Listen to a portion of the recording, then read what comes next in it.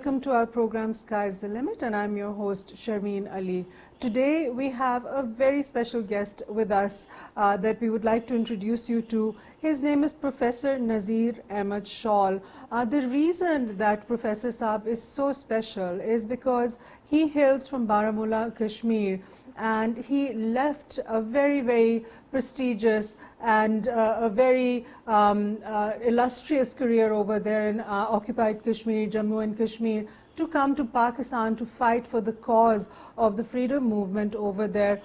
Currently, he is an educationist, he's a human rights activist, and he is also the chairman of the South Asia Center for Peace and Human Rights, and he is also an executive member of the organization of Kashmir Coalition, which works with the International Association of American Minorities. So as we can see, these are advocacy groups speaking on behalf of the Kashmiri cause abroad, which is so essential at this point in time in order to resolve this dispute which has been going on for decades, and there are people suffering. I'm very proud today to introduce to our audience the guest for our program today, Professor Nazir Shawl. Thank you so much, Professor Saab, for joining us on our program. Thank you. Assalamu alaikum. Walaikum salam. Professor Saab, let's begin now at the beginning of your journey. You're a young man in Kashmir, in Baramulla, in Jammu and Kashmir, and you started studying biology. You were studying over there in university, and you started off living this life in this beautiful valley over there, being a Kashmiri. Tell us about that. Tell us about your childhood there. What were your parents doing? What was your father doing? And what type of a life was that? My life is very interesting in the sense that I have had different phases in the journey that I have undertaken in this mortal world. I was born to modest parents in Baramulla. I was fortunate that my parents were educated. Right. I sometimes hear the songs of my mother, and the echo of these songs created in me an interest for poetry. Okay. And when I continued my life, from a child, when I became an adult, I used to write verses. And this interest has been with me up to this time, and I have written a number of collections of poetry. Right. One of my collections is called Speaking Silence. This collection of poems was selected for International Poetry Festival in Genova, Italy. Okay. Where around 20 of my poems were translated in Italian language. And one of the poems I presented in that festival, it was about Kashmir. So that is how this interest cultivated in me, and now at this time I have sent another collection of my poetry to for publication, and it is titled Weeping Wisdom. So after my birth in Baramulla, my parents admitted me. Those days there was a pre-primary class which you call nursery now, and it was called infant class. And I studied there, and from there started my educational journey. I matriculated from Government Higher Secondary School, Baramulla, and later on I joined Government College, Baramulla, where from I graduated in sciences. Okay. And from there I went to University of Kashmir, where I got admission in the Department of Botany. Okay. And my field of specialization in my post-graduation was ecology. Okay. So I passed my post-graduation from University of Kashmir, and later on, after completing my post-graduation, I started my educational career from St. Joseph's, Baramulla. Okay. And this is how I began my what we call economic career. Okay, so then you joined the government education department. Later on, I remained in St. Joseph's for 13 months, and after 13 months, I joined the government education department. Let me ask you this, at that time, what year was this around exactly? It was exactly 1972. 1972, okay. Yes. So 1972 Jammu and Kashmir. For a gentleman like you're saying that you came from humble beginnings and then you studied, how easy or difficult was it to get a good position in a government position in Jammu and Kashmir, in occupied Kashmir, under the Indian government? What was it like? What was the environment like? Did you have challenges there, being a Muslim and a Kashmiri? There were, you see, we had a number of challenges in a way that I belonged to a family. That family was considered a family which believes in the freedom of Kashmir, and we had 3 migrations had taken place in our home because Government of India had declared one of my uncles as an enemy agent, and so and another uncle was he was exiled by Sheikh Abdullah's government.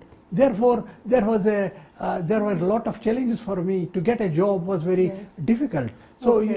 I was what we call, I was appointed as a teacher.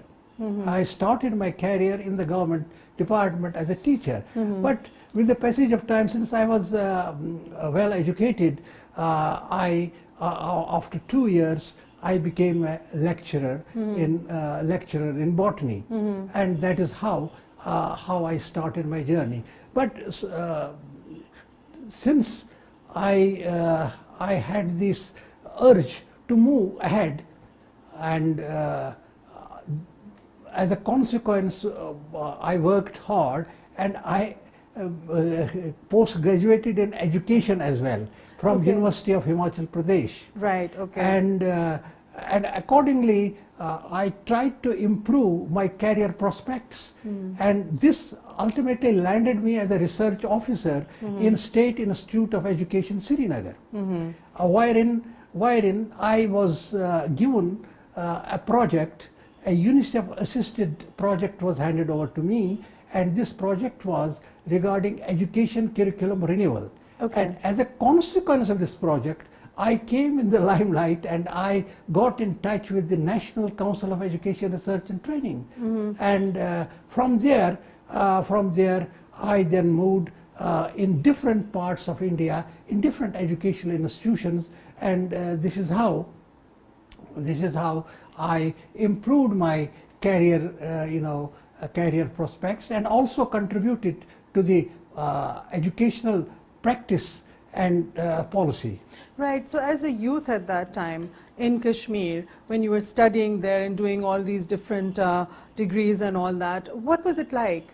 What was it like for people of your generation? Was it relatively peaceful? Could they live their life and practice their religion, or was there oppression at that time as well? Was there frustration, or was it just a good, peaceful life? To be very honest with you, ever since Indian forces have landed in Kashmir, Kashmir has been in a turmoil. There have been challenges for those who have stood for their rights, because we were promised, the people of, by we I mean the people of Jammu and Kashmir, were promised by the Prime Minister of India in the Lal Chowk, Srinagar, that they will be allowed to choose their political destiny. Yes. But this promise never was fulfilled. And as a consequence of the denial, as a consequence of the deprivation, as a consequence of running away from these promises, there was a movement. There was a movement. So there was unrest even then when you were a young... I'm telling you that I as a student was also associated with a student movement which stood for the right of self-determination of the people. It was called Students and Youth League. Okay, okay. And this students, I know that when, I remember when I was a 9th class student, just 9th class student, we participated in a huge student youth demonstration in Srinagar, and we marched up to the UN Observer Group headquarters. Okay. And those days, General Nemo was the chief of the UN Observer Group, and he, after seeing this huge demonstration of youth, he came out of his office and he addressed. Government of India objected to his address.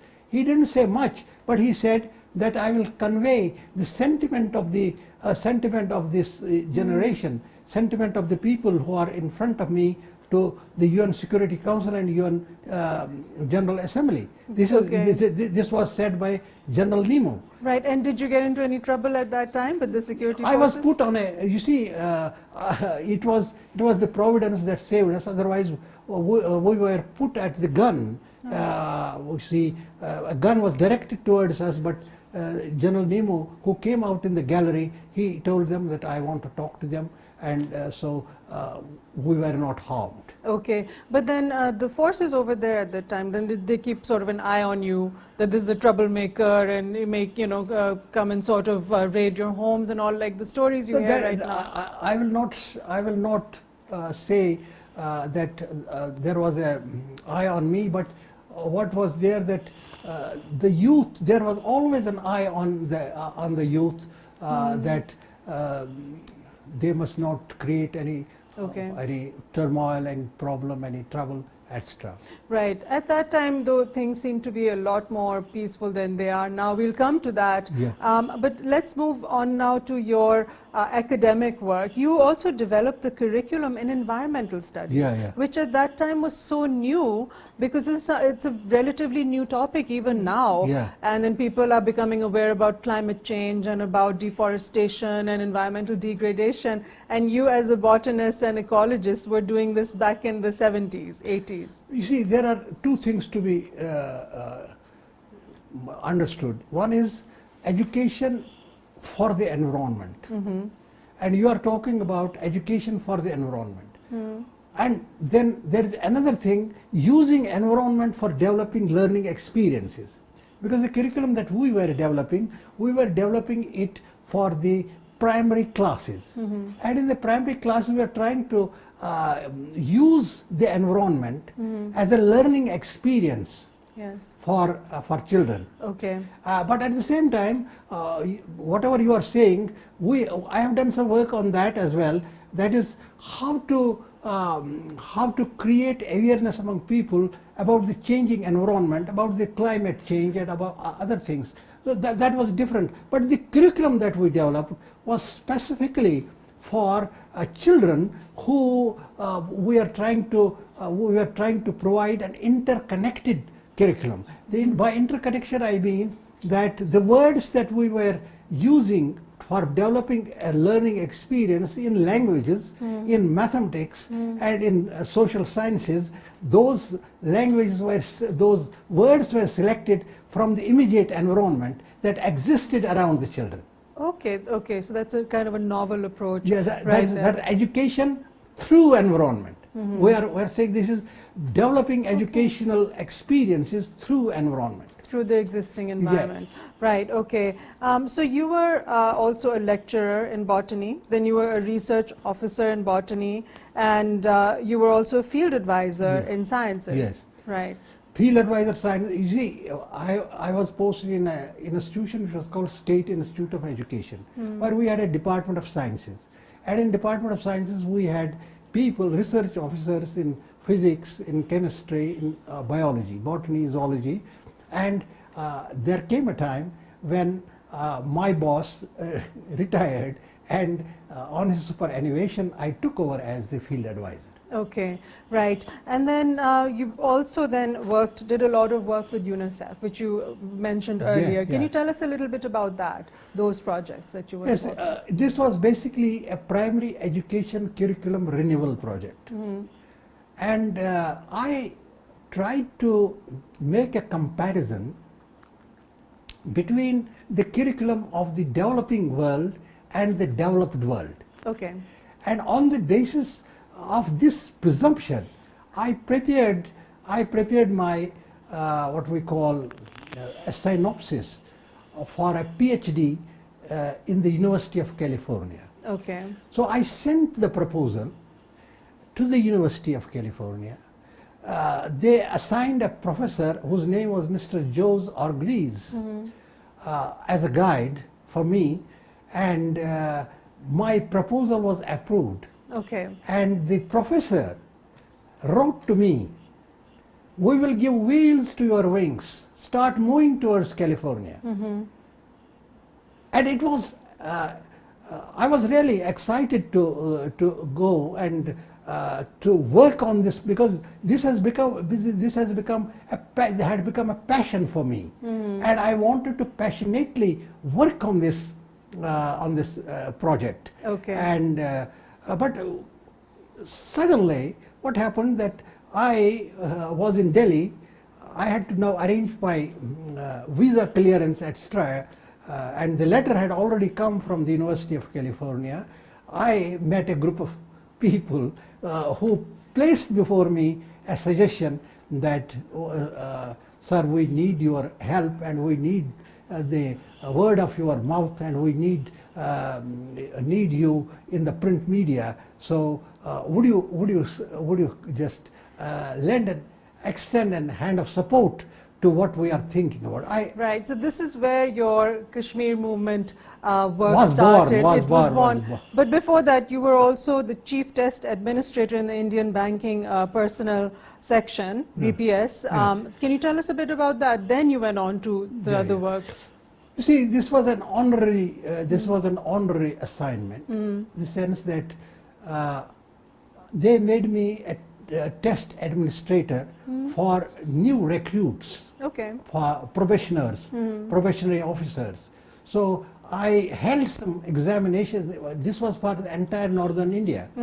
But I did hold a few examinations in Srinagar, one in SP College and another in Amar Singh College, Srinagar, for IBPS, Indian Banking Personnel Selection. Right, this is a government organization. It is an organization, it's a national organization which provides you the testing material for banking personnel.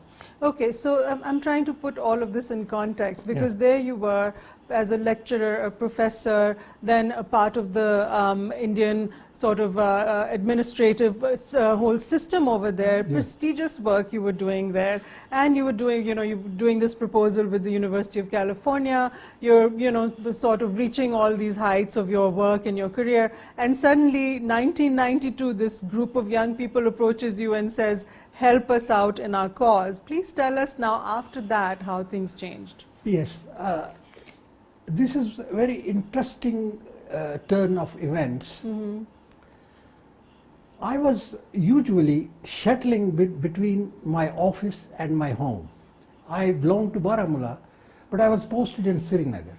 So in the morning, we used to move in a non-stop bus, which carried most of the employees and officers, and that we used to travel by that bus. One day what happened, that when I reached my office, we are holding a meeting, and in the meantime we heard cracking sounds, and announcements were being made that curfew has been imposed. So we got held up inside our institution, and we are not able to move out. But ultimately, we phoned the nearby police station, and we told them that we had to leave. We cannot stay for long here. We have to leave this office. Right. So they provided us a vehicle, and when this vehicle reached Lal Chowk, Srinagar, we were 3 persons in this, in addition to the driver. We were brought down of the jeep, and the person who was sitting with me, he was an assistant conservator of forests. Okay. He was beaten mercilessly because some clash had taken place between Mujahideen and the forces in the nearby area. And you were just in this bus, We were not in the bus, we were in the jeep. in the jeep, In the jeep that trying was- to just get from point A to point B. Just trying Yeah. to get out of Srinagar so that we could just try to go to our homes. So it also somehow myself and my other person, we found a way, and we just dropped down from the jeep, and we left, and we tried to find our way towards our home. But your colleague Was beaten badly. One of the person. No, he was not our colleague. He was also one of the. He had also asked them to provide some lift to him so that he could go away. So question is, it impacted me very, and I remembered what was said to me by that group of young men. That is, nobody, even this officer is not being he is not being looked after properly, and he has been mauled by these forces. And this officer's designation was? He was an assistant conservation of forests. Conservationer of forests, was beaten mercilessly for beaten no reason. For no reason. And then this was one of the incidents. Then the other thing that impacted me was when a massacre took place in Srinagar, which is known as Gaukadal massacre. Okay. And this Gaukadal massacre, more than 100 persons were killed in this massacre. Okay. And it also impacted me terribly. Were any of these people known to you or close to you or associated? No, they were Kashmiris. They were Kashmiris. They had moved in a procession, and we had come from Baramulla to Srinagar, and we also did see it with our own eyes happening.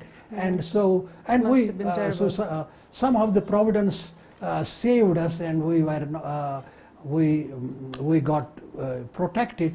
But this incident also impacted me very adversely. Okay. So this was the second thing. The third thing was that when these things were happening, most of the officers, even the secretaries of the government, also they signed a petition. This petition was sent to the United Nations Secretary General for the repressive measures that were being taken by the then Governor Jagmohan. He was posted there as Jagmohan because this massacre also happened during his tenure as governor. So then there was a strike, and this strike lasted for 3 months. So this was another thing that was happening before me. So some of our close relatives were also part of this armed resistance, and one of them told me that, sir, we are just doing whatever we can, but we would appreciate if you also contribute. Okay. If you also contribute, you're right about this aspiration, and you also try to move in the international environment and apprise them about the suffering of the people. This is what they said. And finally, without telling even my wife, without taking into confidence my parents, my close relations, I made a decision. And the decision was that I will move out of Kashmir and try to present this pain and agony to the international community. Okay, at an intellectual level. Yes, this was a question also once asked to me that what are you doing in the international environment? I told one of the persons who asked this question, I told him that firstly I was teaching in a classroom, but now the entire world is my classroom. And this I'm trying to tell the world about the agony and about the trauma of a people who have been denied their basic right, the right to self-determination. Absolutely. So what was your family's reaction once you made this decision? Now, I'll tell you, this is a very interesting thing, because this is also written in one of my books, that how I left my home. The last night was a very painful night for me, because, you know, the dearest entity for a son is his mother. Yes. And I have never lied to my mother. I was not prepared to tell her that I'm saying goodbye, I'm saying an adieu to my homeland, and I'm leaving. So I sought her permission. I said that, because she knew that I was always moving out, going to different parts of India in connection with my professional work. So she said, okay, how long you are going? Because I told her that I am going to Pakistan, because my elder brother was here.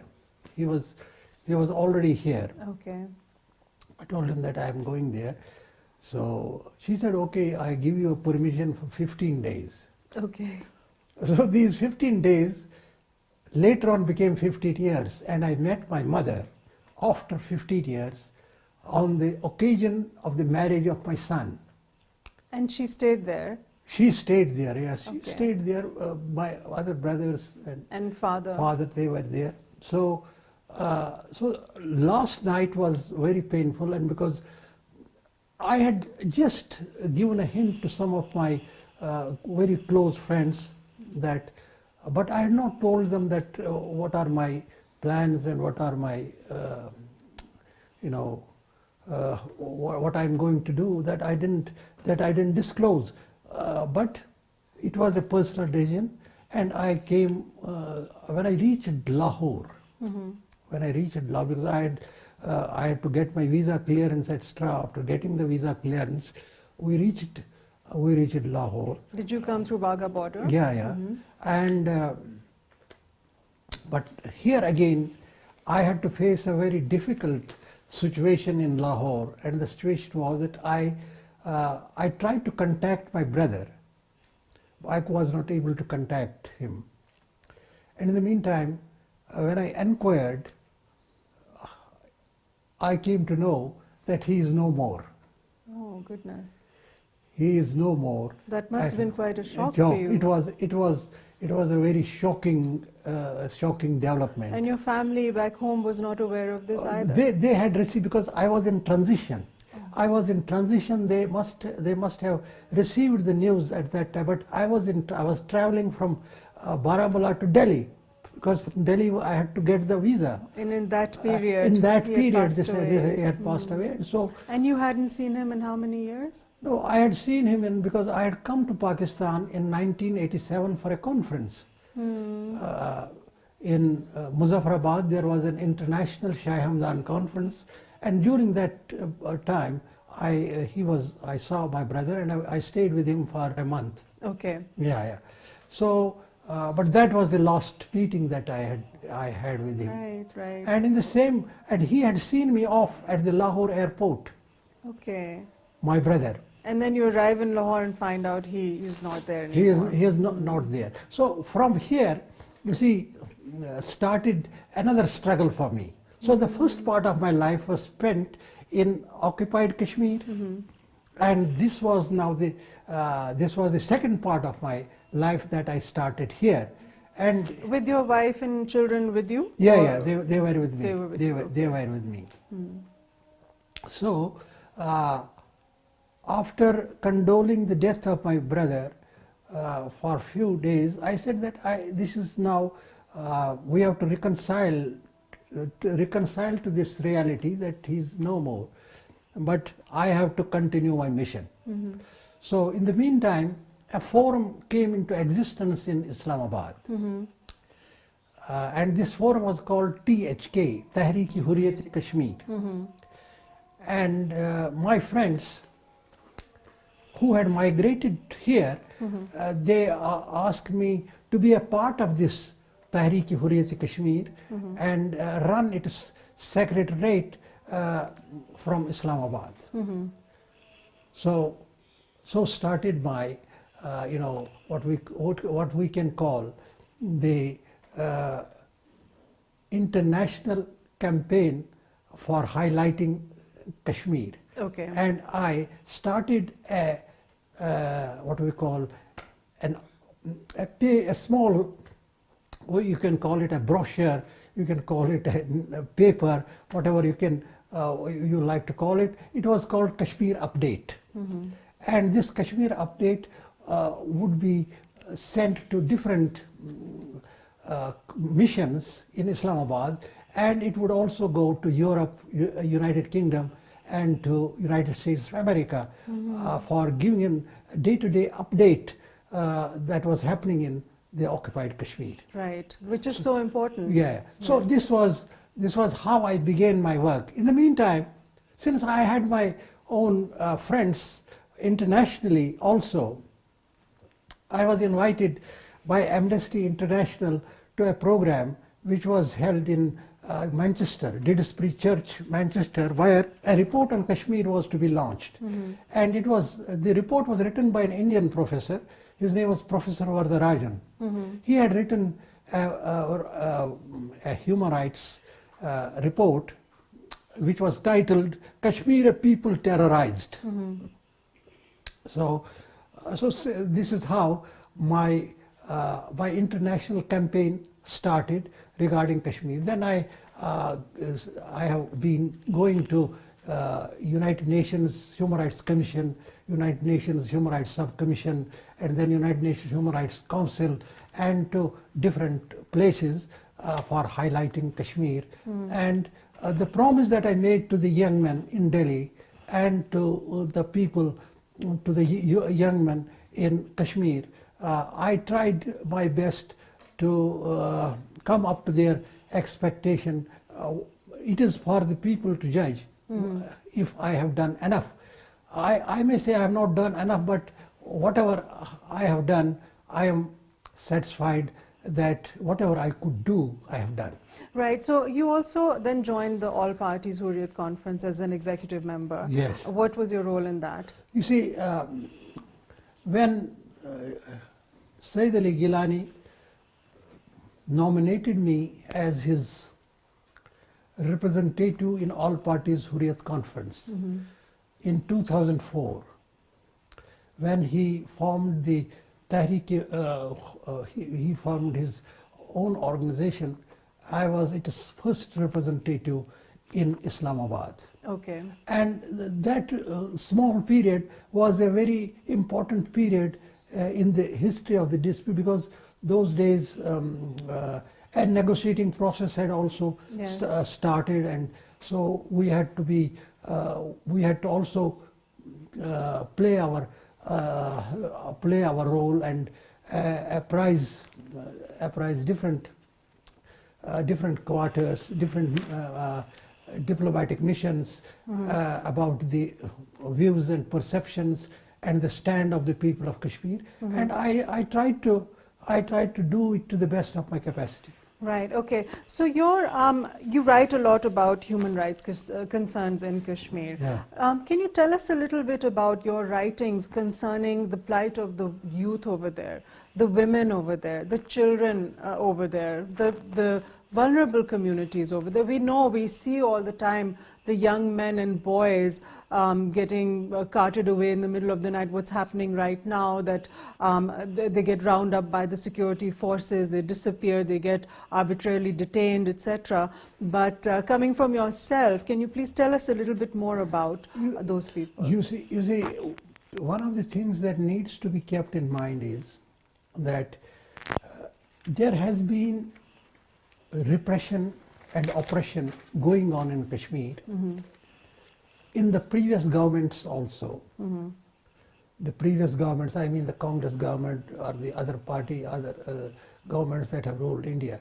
But since 2014, a new wave of terror has started in Kashmir, which I call Incredible India's Incredible Terrorism.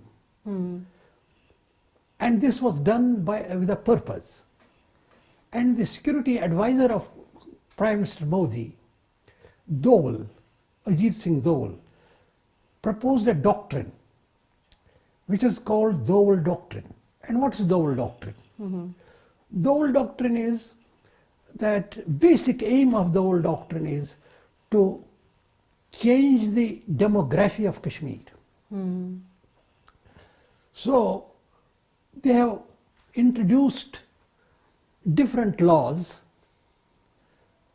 and as a consequence of these laws, this demographic change is taking place. Only yesterday, 200 canals of land were allotted to retired armed forces personnel for settlement. So on one side, the cultural genocide continues. You know, the killing of the youth also continues. You see, you might be hearing off and on that now they are not even handing over the dead bodies of those people who are being killed. And in the CASO, catch and search operations, they simply blast the place where they try to find these youth. So a new wave of repression was introduced with the purpose of, fundamental purpose is to change the demography and to change the majority status of the state. Yeah. So this is happening, and targets are the youth, and women have also remained the most vulnerable targets, and they have been used as weapons of war. You might have. Can you elaborate on that? You might have heard that we have villages of the raped women, the stigmatized areas of Kashmir, where women were raped, gang raped, like Kunanposhpora, Pazipora, and many other places. And then there is a book written by 5 girls about Kunanposhpora. That's worth reading, and in that book they give you the graphic details of the facts that happened with those villages, especially the women in those villages. Okay, and those books are available publicly for people to read? Yes. Okay. It is available. And similarly, even the old people have not been spared. There have been roller treatments. Roller treatments means a roller was moved over their bodies, broken their limbs. So lot of different types of inhuman repressive measures continued. And I tell you what I was impressed, and I wrote an article, and it is I'll give you the book, and in this book you will find that article. I have written an article titled "Bones Have Started Speaking." You might have heard about the mass graves. Yes. And I presented a paper to Amnesty International, in which basically I was reminded about a young player, a young blooming young man who was a wonderful fast bowler. His name, we called him Marshall, because his name was Fayaz Ahmed, but he was very fast, so we called him Fayaz Marshall. He disappeared. He was arrested, he disappeared, and became part of the mass graves. So this is how the Indian state has behaved with the Kashmiri youth, and tried to create an atmosphere of fear. in the minds of the people. And it seems to have gotten worse since the revocation of Article 370 and 35A, and then with the Citizenship Amendment Act and the National Register of Citizens. All of it seems to be sort of caving in on the Muslim population of India. And then naturally with Article 370 and 35A, it's Kashmir, which has been greatly impacted. One thing it needs to be understood. The present Indian government is a regressive, supremacist and a fascist regime, and it has polarized the Indian polity. Yes. The myth of secularism has been blasted by the actions of the present regime. And so they in fact want a civilizational conquest. They want a civilizational conquest, and they want a Hindu majoritarianism. Right. And their slogan is Hindi, Hindu, Hindustan. All other people are secondary. Right. It's all the Hindutva, Akhand Bharat. It is Akhand Bharat. Yes. It is Hindutva. It is Hindutva. And so, I think the only comparison that we can make is that we must compare Modi with Hitler. Right. And this is the narrative that we need to introduce to the world, that in India, the people, all the religious minorities are suffering. And it is surprising that in a recent report that was published by United States of America on religious freedom, India doesn't find, India has not been placed. And I think it seems paradoxical that the worst type of repression takes place on the Indian religious minorities. Right. Professor, now coming towards the end of our program because of time, the work that you're doing, bringing to light all of this on international forums, I'm sure it's making a huge impact. We're seeing this discussed in international parliaments in Europe, the US Congress, everywhere. So there is progress that's being made. Now, at this point, I'd like to ask you a little bit about your writings, which contribute to this great work that you're doing, and your poetry. Your poetry is very heartfelt towards the plight of what's happening in Kashmir, the Kashmiri people, their pain, their rights violation, all the injustice that's being done against them. So I'd like, at this point, to request you to read one of your poems kindly. I will read this poem because this poem I have also read in Genoa, Italy, where this book was selected in the Poetry Festival. The title of the poem is The Phoenix of Kashmir. Idyllic land of beauty, rare my motherland. The inspiration of poets, the writer's heaven. Her glorious sparks once again flood into my mind, into my heightened conscience. Those wonderful scenes of mighty mountains that change with the shifting light. The bracing air so fresh and free, I see again those limpid lakes, fed by her tinkling streams, which from sparkling springs do flow with melodies sublime. Her wondrous stately trees in lush forests, majestic serene, that march up along her steep hill slopes and climb under a radiant sun to meet the bluish sky. Yet around her peaks and down her valleys bare, while storms do lash and maim, in autumnal fury's blinding rage, inflicting bruises, damage, daily pain. At the criminal's behest, their prey, her people, do lie in bondage low, struggling in misery, dying to escape the captor's blow. Mythological bird of beauty rare, my motherland Kashmir.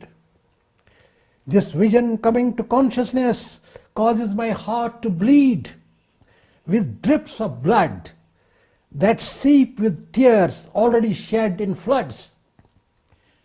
Into parched and timeless desert sands blow. My words weep, silent drops like rain. mingling there to fertilize and nourish the dust of dead folk. And I believe in the power of Kashmir.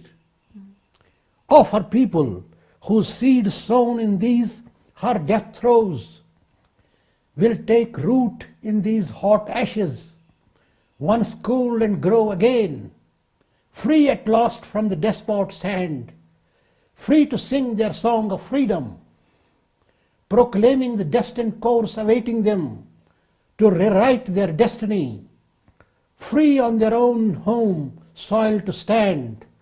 So rise again, Kashmir, my motherland. Right. So rise again, Kashmir, my motherland. Wow, that is extremely profound, that whole poem. It says it all. It talks about the beauty of Kashmir and then also all the suffering that's going on over there. Thank you so much, Professor Nazir Ahmed Shawl. It's really been an honor to have this session with you and to speak to you and to hear about your first-hand, all the experience that you've gone through, and then your cause and going forward, trying to push forward for this movement. And we wish you the best of luck in the future, and we really hope to see that there's a resolution to this issue sometime soon. So best of luck in the future, sir. I thank your organization as well for this interview, and I hope we will see the resolution of Kashmir, because the people of Kashmir have suffered traumatic experiences and they deserve and desire freedom. Thank you. Today we had a very interesting discussion with Professor Nazir Ahmed Shawl, who is an advocate for the rights of the Kashmiri people. And you heard his story, how he left everything behind, his beloved mother and his homeland, and came here to Pakistan in order to be able to use the pen to fight this war, to free the Kashmiri people from oppression. Now going forward, we wish him the best of luck, and I hope that this issue does get resolved sometime soon. The time is ripe for it to happen. Inshallah, the international community should take cognizance of this and see that people are suffering, and it really needs to have an end now so that the suffering stops and the youth and the children in Kashmir have a future, a normal future like all of our children and the rest of the world. So that concludes our program for today, and we will see you next time on Sky's the Limit, same time, same day on PTV World. Bye-bye for now.